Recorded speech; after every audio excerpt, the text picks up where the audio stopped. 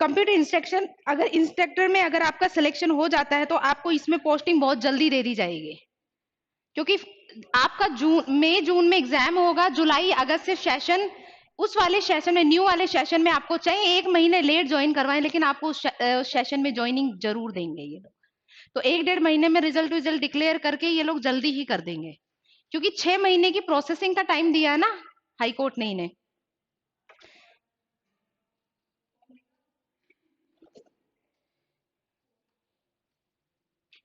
चलिए,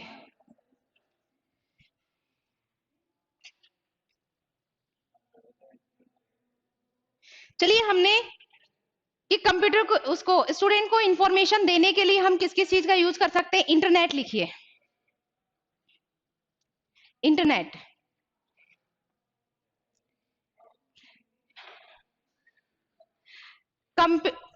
विद्यार्थियों को सूचना देने के साधन है ये, है ना, स्टूडेंट्स तक इंफॉर्मेशन पहुंचाने के साधन है। इंटरनेट लिखिए। अरे भाई, आप लोग तो लिख ही रहे हो, कंप्यूटर तक लिख लिया, अब नेक्स्ट पॉइंट है ये इंटरनेट, 6th पॉइंट है। भाई वो पूरा हिंदी में इतना बड़ा सेंटेंस लिखवाया था, उसका मतलब यही था कि विद्यार्थियों तक इंफॉर्मेशन कैसे पहुंचाई जाए, उसके साधन है ये। उसमें हमने रेडियो कर लिया था, टेलीविजन कर लिया था, टेप रिकॉर्डर कर लिया था, कंप्यूटर कर लिया था, और अब हमारा इंटरनेट है।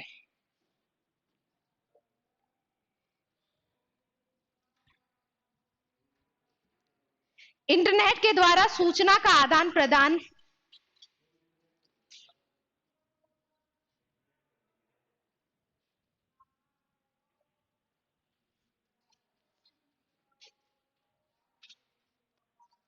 अंतरराष्ट्रीय जाल, अंतरजाल, अंतरजाल। अरे छोड़ो, क्या हिंदी में रखा है। और तुम लोग कहाँ हिंदी में पढ़ोगे अंतरजाल को, मैं ही नहीं समझू। वो तो यहाँ पे थोड़ा सा दिमाग ठीक था तो मीनिंग निकाल लिया। आपको दक्ष की किताब में प्रॉपर हिंदी मिल जाएगा, वहां कंप्यूटर की जगह संगणक संगणक संगणक लिखा हुआ है। चलिए, तो लिखिए इंटरनेट, सूचना के आदान प्रदान का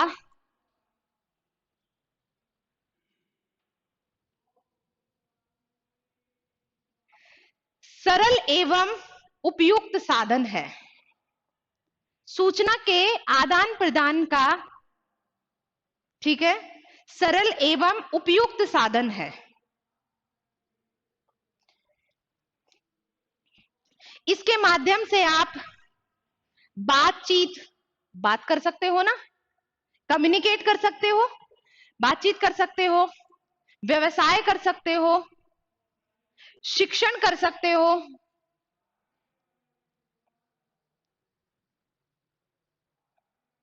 शॉपिंग कर सकते हो। शॉपिंग यानी कि खरीदारी, आ, मतलब पत्र व्यवहार, ईमेल वगैरह के थ्रू, है ना, ईमेल वगैरह कर सकते हो, एंटरटेनमेंट कर सकते हो, मनोरंजन।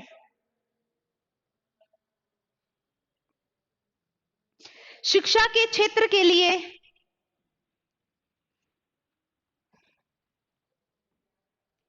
यह बहुत ही उपयुक्त साधन है।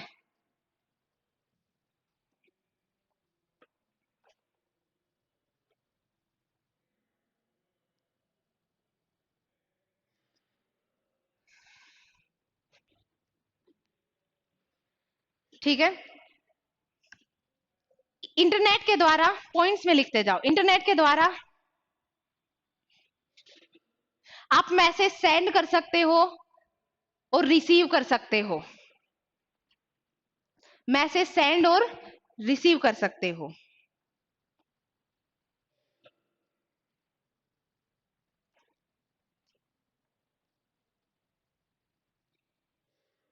ठीक है, ईमेल से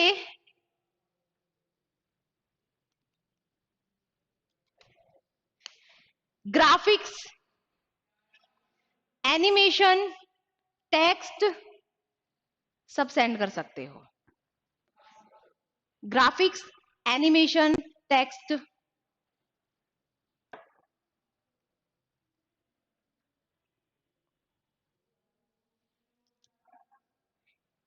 इसकी सहायता से, इंटरनेट की सहायता से e learning, e commerce, e banking,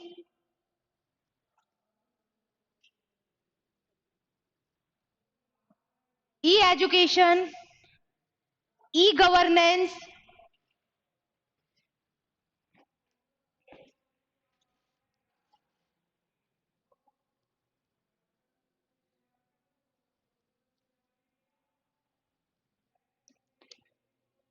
ई गवर्नेंस आदि में उपयोग कर सकते हो, कर सकते हैं मतलब।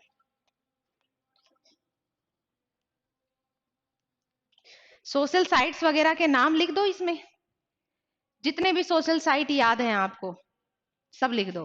फेसबुक, व्हाट्सएप, ट्विटर, कू, और भी कुछ याद हो। हाँ, जो भी याद हो, क्योंकि आप लोगों को ज्यादा याद होंगी, आप लोग ज्यादा यूज करते हो, मैं तो नहीं करते। कौन सी? टिंडर? बिल्कुल, साइट तो है ही। जितनी भी आपको याद हो, शेयर चैट वगैरह, स्नैप शेयर चैट करी, स्नैपचैट जो भी है, इंस्टाग्राम वगैरह सब लिख दो। ठीक है, लिखिए। अगला पॉइंट लिखिए, उपग्रह प्रसारण। उपग्रह प्रसारण, सैटेलाइट ब्रॉडकास्टिंग है। हाँ, 7 पॉइंट। प्रसारण, सैटेलाइट ब्रॉडकास्टिंग,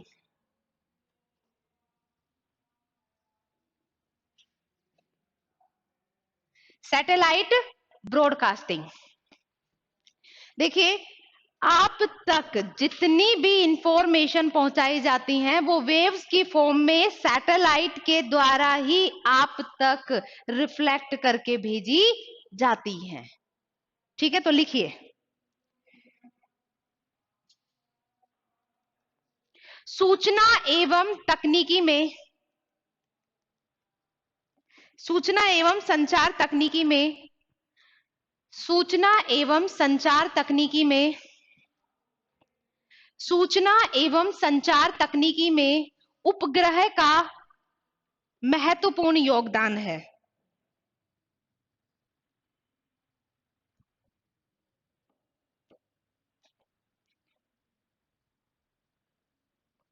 इसकी सहायता से सूचनाओं का आदान प्रदान, इसकी सहायता से सूचनाओं का आदान प्रदान आसानी से किया जा सकता है।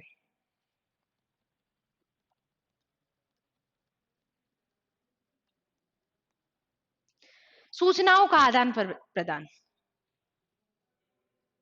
मतलब एक जगह से सेंड और रिसीव दोनों ही कर सकते हो, है ना, कम्युनिकेट कर सकते हो। Radio, television, computer, internet, mobile आदि सभी, रेडियो, टेलीविजन, इंटरनेट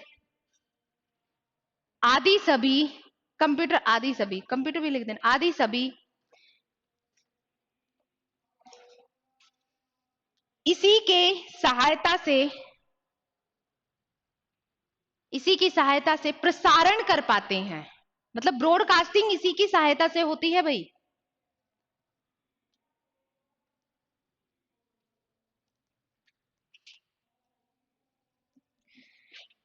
जन शिक्षा यानी कि मास एजुकेशन, जन शिक्षा यानी कि मास एजुकेशन, जन शिक्षा में यह माध्यम बहुत ही उपयोगी सिद्ध हुआ है। जन शिक्षा यानी कि मास एजुकेशन के लिए, नहीं नहीं, इसी में उपग्रह में ही है पॉइंट, उपग्रह वाले में ही पॉइंट है। ये ब्रॉडकास्टिंग करता है एट ए टाइम, इसे बहुत सारे लोग देख पाते हैं। नेक्स्ट पॉइंट लिखवाऊंगी तो मैं बोल दूंगी पॉइंट नंबर 8 है ना। जन शिक्षा के लिए यानी कि मास एजुकेशन के लिए यह साधन बहुत ही उपयोगी सिद्ध हुआ है।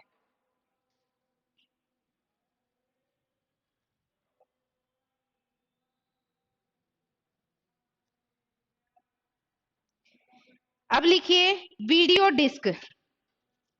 Video disc 8th point. Video disc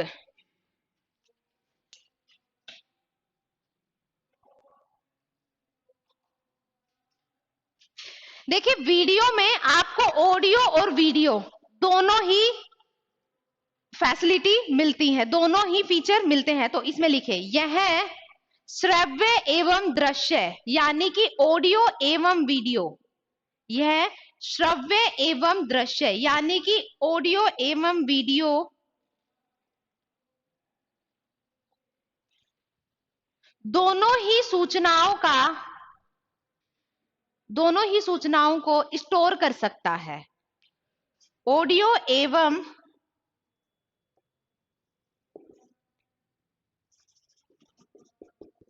video यानी कि श्रव्य एवं दृश्य दोनों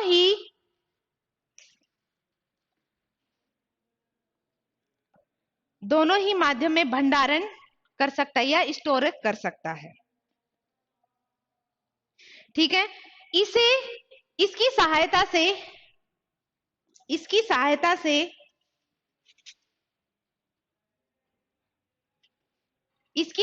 से सूचनाओं को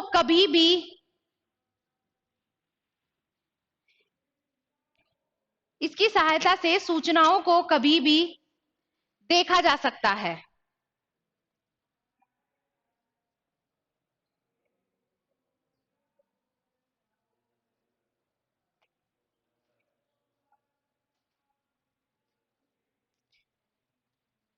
यह अध्ययन एवं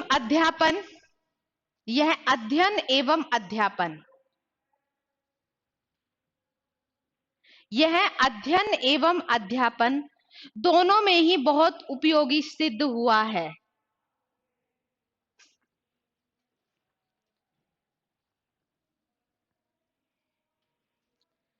अध्ययन एवं अध्यापन दोनों में ही बहुत उपयोगी सिद्ध हुआ है।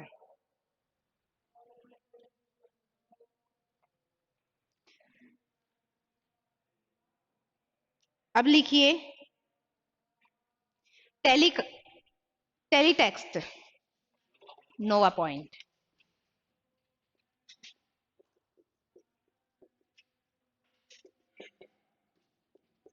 टेलीटेक्स्ट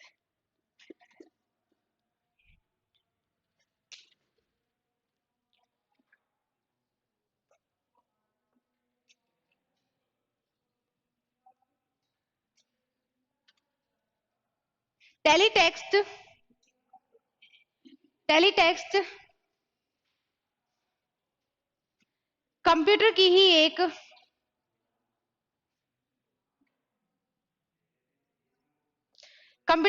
टेक्निक है। टेलीटेक्स्ट कंप्यूटर की ही एक टेक्निक है। इसका प्रयोग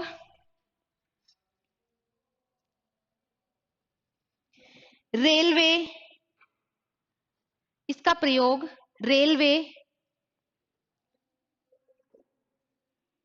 एयर ट्रैफिक कंट्रोल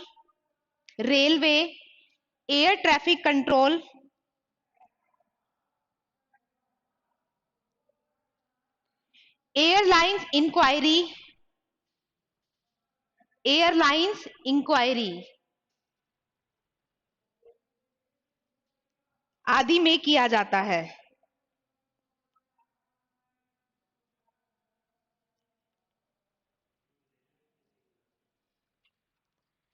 इंफॉर्मेशन वगैरह जो आपको टेलीकास्ट होती है, रियल टाइम इंफॉर्मेशन आपको at the same time available होती रहती है, टेलीटेक्स्ट की हेल्प से ही होती है।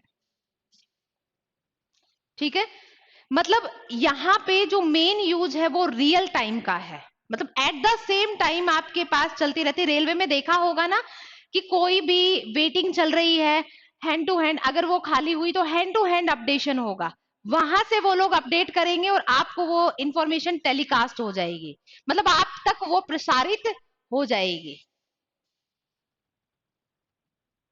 आप तक वो क्या हो जाएगी, प्रसारित हो जाएगी। मतलब ये एक तरीके से क्या होती है, रियल टाइम एप्लीकेशन होती है, मतलब एट द सेम टाइम काम करती है, क्योंकि रेलवे में at the same time information चाहिए होती है, एयरलाइंस में, ट्रैफिक कंट्रोल में, एयरलाइंस इंक्वायरीज में, हर चीज में क्या चाहिए होती है, रियल टाइम इंफॉर्मेशन चाहिए होती है। अभी हमारी बसेस वगैरह इतनी उससे कनेक्टेड नहीं है, लेकिन हमारी रेलवे है, एयरलाइंस वगैरह सभी उससे कनेक्टेड है। कोई भी इंफॉर्मेशन हो, कोई भी चीज हो, हैंड टू हैंड आप तक टेलीटेक्स्ट कर दी जाती है?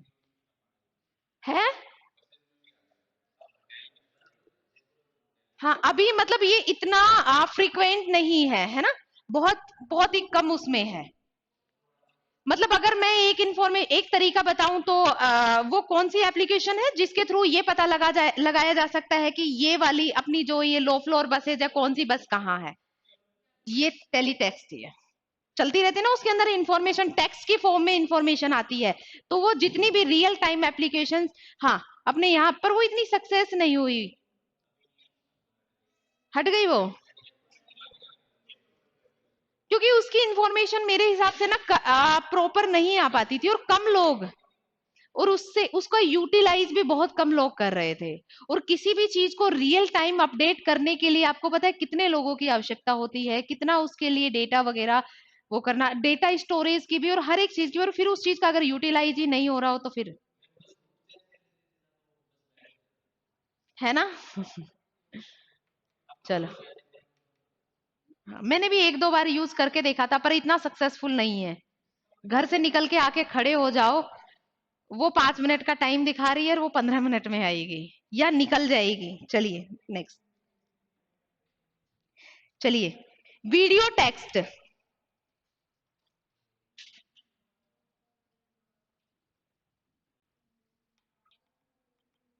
शिक्षण प्रशिक्षण देने की,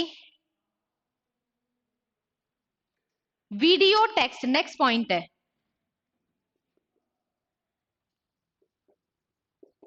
शिक्षण प्रशिक्षण देने की पद्धति को वीडियो टेक्स्ट कहते हैं। शिक्षण प्रशिक्षण देने की पद्धति को वीडियो टेक्स्ट कहते हैं।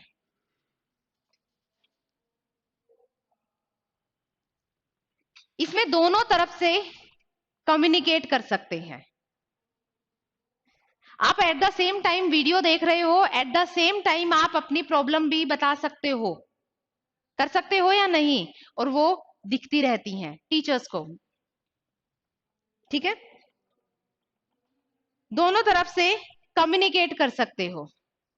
ठीक है, ये जो आपकी लाइव क्लासेस वगैरह चलती है उस इसी का ही एग्जाम्पल है, लिख लो एग्जाम्पल के लिए ताकि आप लोगों को याद रहे।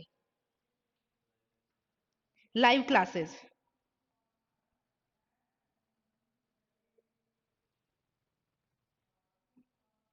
ठीक है, अब इसके अंदर ज्यादा लिखने की जरूरत नहीं है, लिखिए, interactive white board, interactive white board, हाँ नेक्स्ट पॉइंट है 10।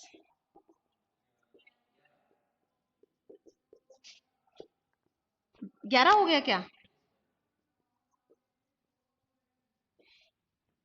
इंटरएक्टिव व्हाइट बोर्ड, इसको हिंदी में बोलते हैं संवादात्मक सफेद पटल, इंग्लिश में ही रहने दो। इंटरएक्टिव व्हाइट बोर्ड, आपका जो डिजिटल बोर्ड है वो ही संवादात्मक सफेद पटल है। डिजिटल बोर्ड जो है वही इंटरएक्टिव व्हाइट बोर्ड का एग्जाम्पल है। इंटरएक्ट मतलब जिसकी हेल्प से अपन कम्युनिकेट भी कर सकते हैं। तो लिखिए,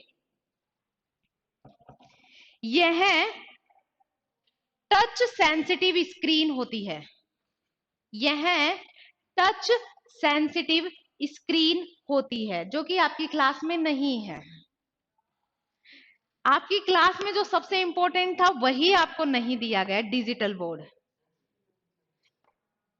सेंसिटिव होती है भाई, वो सेंस करके ही आपकी चीजों को, है ना। संवेदनशील, अच्छा तो इसे भी हिंदी में लिखोगे, टच को फिर क्या लिखोगे?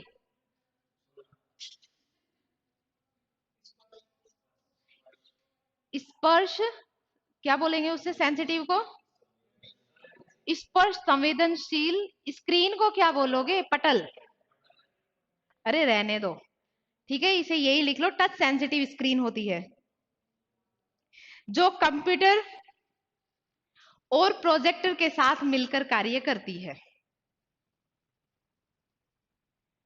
जो कंप्यूटर और प्रोजेक्टर के साथ मिलकर कार्य करती है।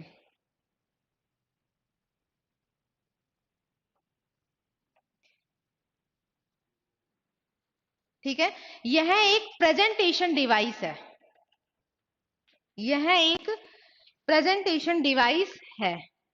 मतलब अब जो भी चीजें आ रही हैं वो आपके, जो आपको पता है वही सारी चीजें, ये प्रेजेंटेशन डिवाइस है जो कंप्यूटर के साथ इंटरफेस करती है, जो कंप्यूटर के साथ इंटरफेस करती है, इंटरफेस, जो कंप्यूटर के साथ इंटरफेस करती है। इसमें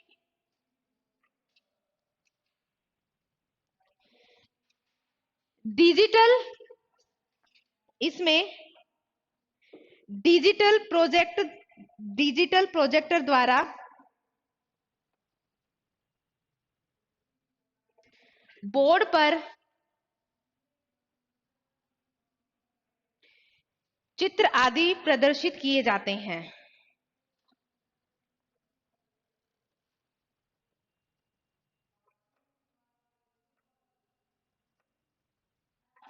चित्र आदि प्रदर्शित किए जाते हैं।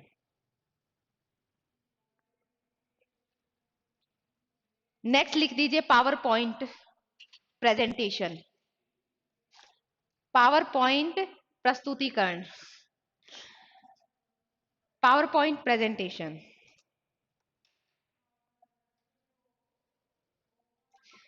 कक्षा में शिक्षण सामग्रियों को, कक्षा में शिक्षण सामग्रियों को छात्रों के समक्ष प्रस्तुत करने के लिए, छात्रों के समक्ष प्रदर्शित एवं प्रस्तुत करने के लिए,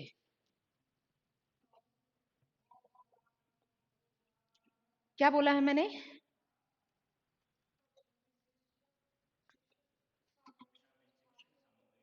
हाँ, कक्षा में शिक्षण सामग्रियों को छात्रों के समक्ष प्रस्तुत एवं प्रदर्शित करने के लिए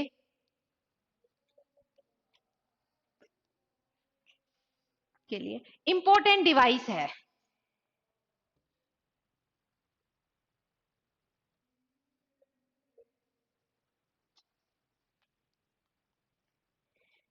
इसका उपयोग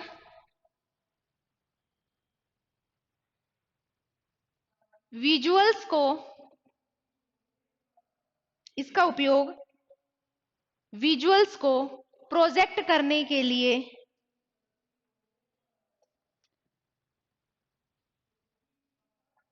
किया जाता है।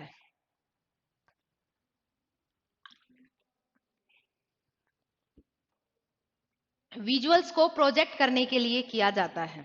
कुल मिला के आपके सामने जो पावर पॉइंट प्रेजेंटेशन दी जाती है, वो सारी चीजें जो कि वैसे फॉर्मेट में नहीं लाई जा सकती, उन्हें सॉफ्ट फॉर्मेट में लाके आपको क्लास में डिजिटल बोर्ड के माध्यम से दिखा दिया जाता है, वही आपकी पावर पॉइंट प्रेजेंटेशन होती है।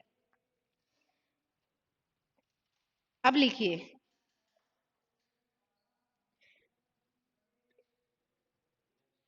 हाँ अब ये न्यू टॉपिक स्टार्ट, सूचना प्रौद्योगिकी में, सूचना इंफॉर्मेशन टेक्नोलॉजी में नवीन रुझान।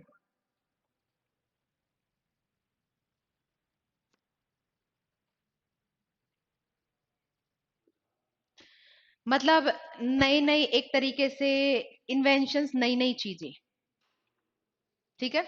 तो सबसे पहले लिख दीजिए इंटरनेट। हाँ,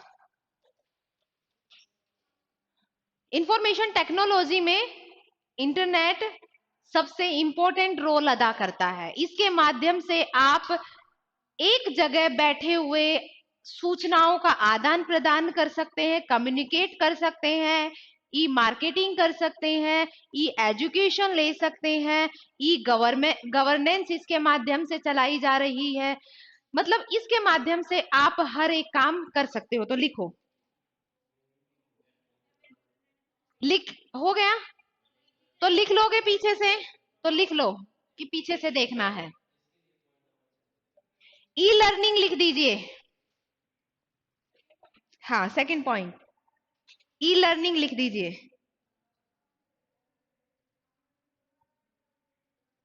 इलेक्ट्रॉनिक माध्यम से, सेकंड पॉइंट लिख दीजिए ई लर्निंग। भाई ये नए नए कॉन्सेप्ट आ रहे हैं ना, कॉन्सेप्ट रुझान, यानी कि नए नए कॉन्सेप्ट, न्यू न्यू इन्वेंशन जो आ रही है, तो ई लर्निंग। ठीक है, हमारे इंडिया की आईटी की सबसे बड़ी कमी यही है कि हम उन चीजों को पढ़ रहे हैं जो चीजें पहले आती हैं, फिर उनको पढ़ा जाता है, जबकि किसी भी चीज को आने से पहले पढ़ा जाना चाहिए। हमारे यहाँ का, अगर आप आईटी से एमसीए वगैरह, बीसीए वगैरह, या कंप्यूटर साइंस से जो भी आप कोर्स करते हो, उनका सिलेबस देखना, आज भी विंडो एक्सपी की बात होती है। किसकी बात होती है? विंडो एक्सपी की। तो सिलेबस हमेशा अपडेट हो जाना, आप पहले नहीं ला सकते हो तो कम से कम जो चीज चल रही है उसको एज इट इज अपडेट तो करते हुए जाओ। ये बहुत बड़ी कमी है, और ये कमी पूरी करता है इग्नू। उसका सिलेबस अपडेट होता है, इतना नहीं, इतना फ्रीक्वेंटली नहीं, लेकिन कंपैरेटिव टू हर यूनिवर्सिटी उसका सिलेबस सबसे पहले अपडेट होता है इग्नू का। इग्नू की थीसिस वगैरह, इग्नू का सॉफ्टवेयर, इग्नू के प्रोजेक्ट वगैरह आप इजीली क्वालिफाई नहीं कर सकते। आपको प्रैक्टिकल में कभी बैक आती देखी है? नहीं, लेकिन आप इग्नू में देख सकते हो। इग्नू प्रैक्टिकल में बैक देता है। सदर्न यूनिवर्सिटीज है, वहां के लोग ज्यादा एजुकेटेड क्यों है? क्योंकि वहां पे एजुकेशन का मतलब केवल नॉलेज गेन करना नहीं है, उसे एक्नॉलेज करना है। और हमारे यहाँ एजुकेशन का मतलब सिर्फ रटना है, उसका ज्ञान, मतलब हम उसको सिर्फ इंफॉर्मेशन लेके घूमते हैं, ना तो उनका भावनात्मक प्रयोग होता है और ना ही कोई क्रियात्मक प्रयोग। उन्हें हम अपनी लाइफ में अप्लाई भी नहीं करते, उनका एप्लीकेशन भी नहीं करते हैं। ठीक है, तो लिखिए ई लर्निंग, ऑनलाइन माध्यम से शिक्षण, ऑनलाइन माध्यम से अध्ययन एवं अध्यापन, ऑनलाइन माध्यम से अध्ययन एवं अध्यापन, बस इतना ही लिखो। इसमें इलेक्ट्रॉनिक डिवाइसेस का यूज किया जाता है। इसमें अध्ययन एवं अध्यापन दोनों के लिए इलेक्ट्रॉनिक डिवाइसेस का यूज किया जाता है।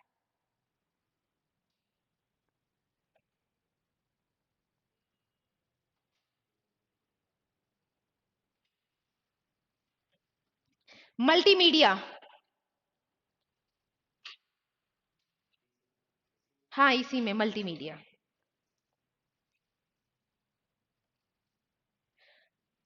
मल्टीमीडिया का अर्थ आप समझते हो? एक साथ में आप ऑडियो वीडियो वगैरह जो चीज देख पाते हो, वही क्या होता है? मल्टीमीडिया। ठीक है, तो मल्टीमीडिया हिंदी लिखवाने की जरूरत नहीं है। इसमें आप text, graphics, animation, videos, graphics, इसमें आप text, graphics, animation, audio, video,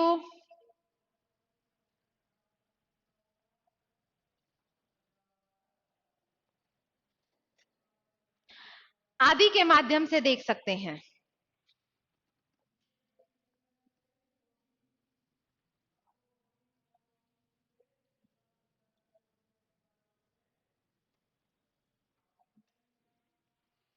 यह उपयोगकर्ता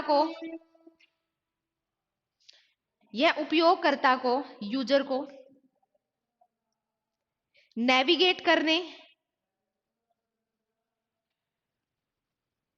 बातचीत करने,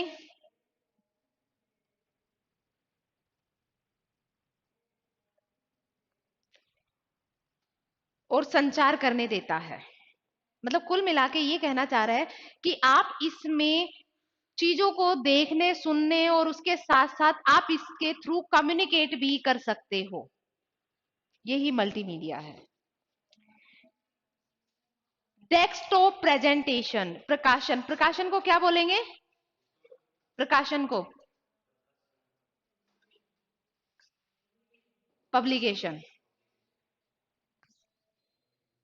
डेस्कटॉप पब्लिशिंग, डेस्कटॉप पब्लिशिंग। हाँ, ये चौथा पॉइंट है। Desktop publishing, desktop publishing. एक विशेष पेज लेआउट सॉफ्टवेयर के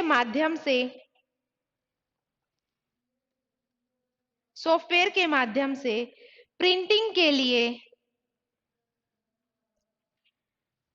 दस्तावेज तैयार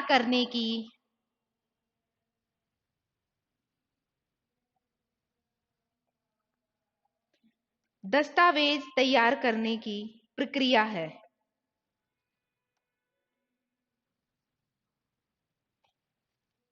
जिसे डेस्कटॉप पब्लिशिंग सॉफ्टवेयर के रूप में जाना जाता है। कुल मिला के आप अपने डेस्कटॉप के ऊपर जो आपके डॉक्यूमेंट्स को प्रिपेयर कर पाते हो, डॉक्यूमेंट्स को देख पाते हो, वही आपका वही ये है, डेस्कटॉप पब्लिशिंग है।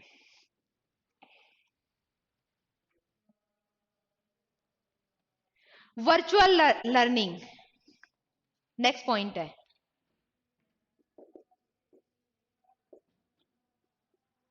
आपको इसमें कुछ भी लिखने की जरूरत नहीं है। जो आपकी ई लर्निंग है वही आपकी वर्चुअल लर्निंग है। ये है वर्चुअल लर्निंग। क्या होती है? जो आभासी माध्यम के द्वारा आप पढ़ते हो, ठीक है।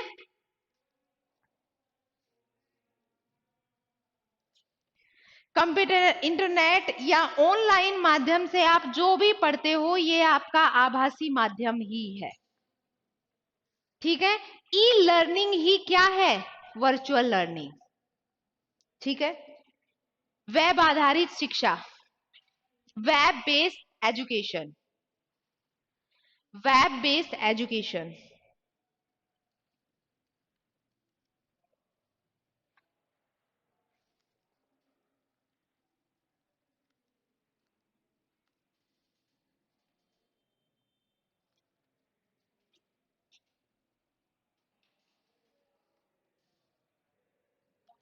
देखिए, आप ये जो भी वेबसाइट वगैरह के माध्यम से जो भी चीजें पढ़ते हैं, वही क्या है? WBL है। इसमें लिखवाने की जरूरत है आपको कुछ भी, ठीक है। ऑनलाइन जो भी आप ट्यूटोरियल वगैरह चलते हैं, इसका W3 स्कूल आपने देखा है? कहते मैम अभी यूज करने लगे हैं पढ़ने के लिए। लैंग्वेजेस वगैरह के लिए बहुत अच्छा प्लेटफॉर्म है ना। वहां से आप क्वेश्चंस भी बहुत अच्छे से पुट कर सकते हो। एक ग्रीक एंड किक करके है, Greek and Greek, Java T point भी है। हाँ, तो ये वेब बेस्ड लर्निंग ही है। लिख लो, एग्जाम्पल लिख लो, W3 स्कूल, जावा पॉइंट, ये क्या है? Web based learning. इसमें स्टूडेंट वेबसाइट के माध्यम से लर्निंग करता है, लिखवाने की जरूरत नहीं है इसमें भी। Teleconferencing, teleconferencing next point.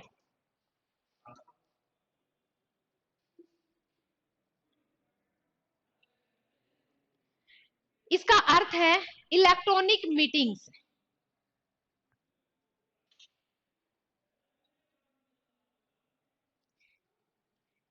Electronic meetings मतलब बिना एक दूसरे स्थान पर जाए मीटिंग्स करना। इलेक्ट्रॉनिक मीटिंग्स मतलब बिना एक दूसरे स्थान पर जाए मीटिंग करना। ऑडियो कॉन्फ्रेंसिंग,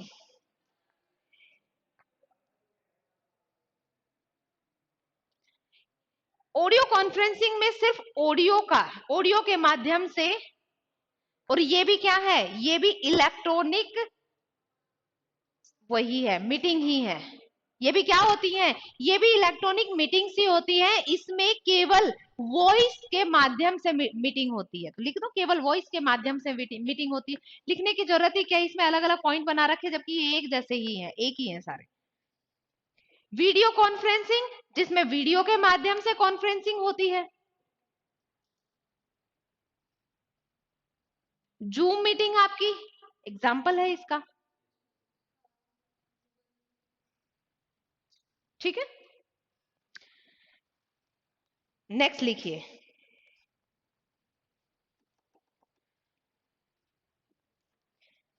कंप्यूटर विज्ञान में मूल्यांकन, मूल्यांकन यानी कि evaluation, evaluation in computer science. Next topic आ गया अभी ये।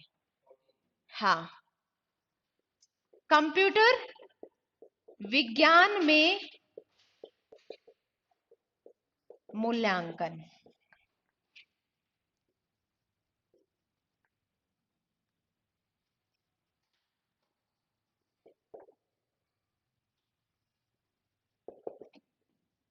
Evaluation in computer science.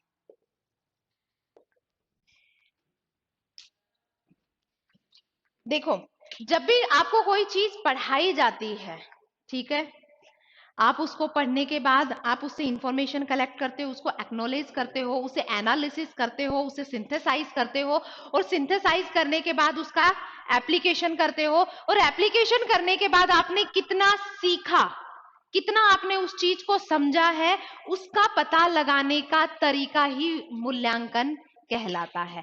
कि आपको जितनी टीचिंग करवाई गई है उससे आपने कितना अधिगम किया है, कितना लर्न किया है, वो आपके जो टेस्ट वगैरह है, ये आपका इवैल्यूएशन करने का ही एक तरीका है। आपका प्रैक्टिकल होना, आपके मौखिक होना, ये सब क्या है, आपके इवैल्यूएशन का ही तरीका है।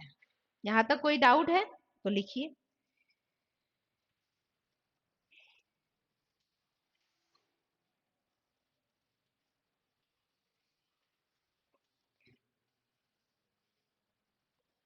अच्छा, ये तो आपको पता है कि ये ज्ञानात्मक पक्ष का आखिरी स्तर होता है, याद है?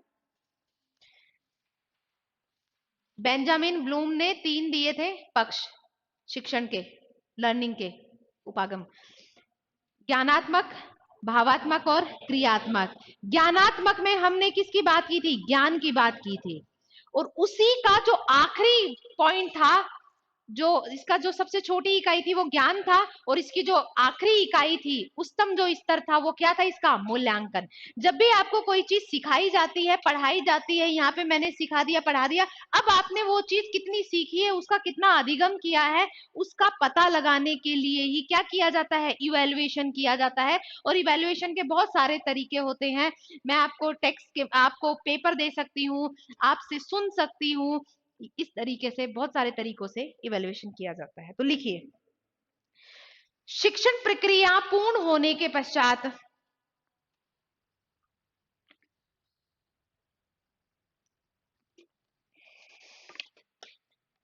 शिक्षण प्रक्रिया पूर्ण होने के पश्चात शिक्षार्थी यानी कि स्टूडेंट्स ने कितना सीखा है, कितना उसका अधिगम किया है, कितना सीखा है, कितना उसका अधिगम किया है,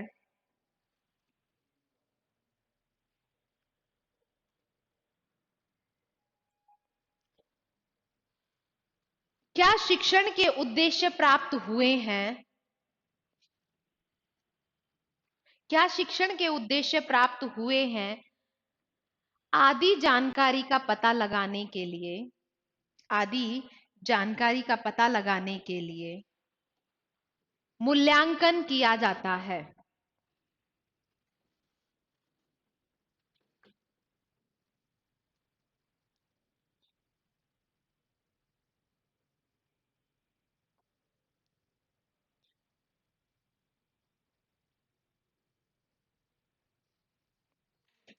मूल्यांकन का अर्थ होता है मूल्य निर्धारण। सर आगे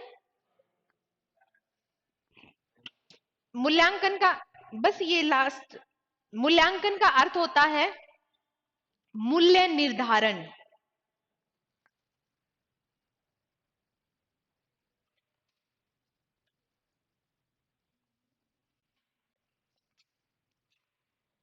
अर्थात सीखने के अनुभवों से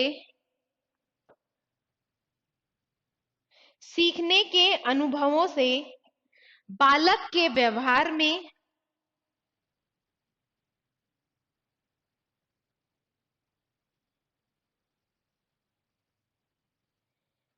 व्यवहार में जो परिवर्तन हुए हैं उनका परीक्षण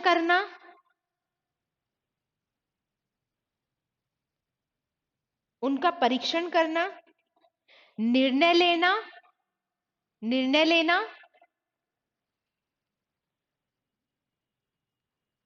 या निष्कर्ष निकालना ही मूल्यांकन है।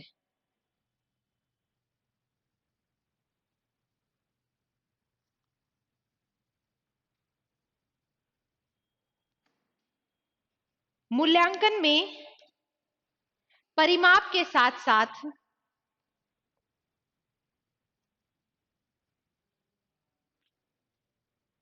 क्रियात्मक एवं परिमाप के साथ साथ क्रियात्मक एवं भावात्मक पक्ष की भी जांच की जाती है।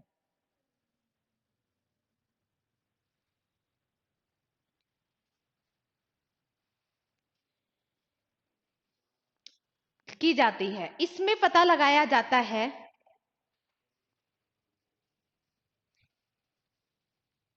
कि शिक्षण के उद्देश्यों की पूर्ति किस सीमा तक हुई है।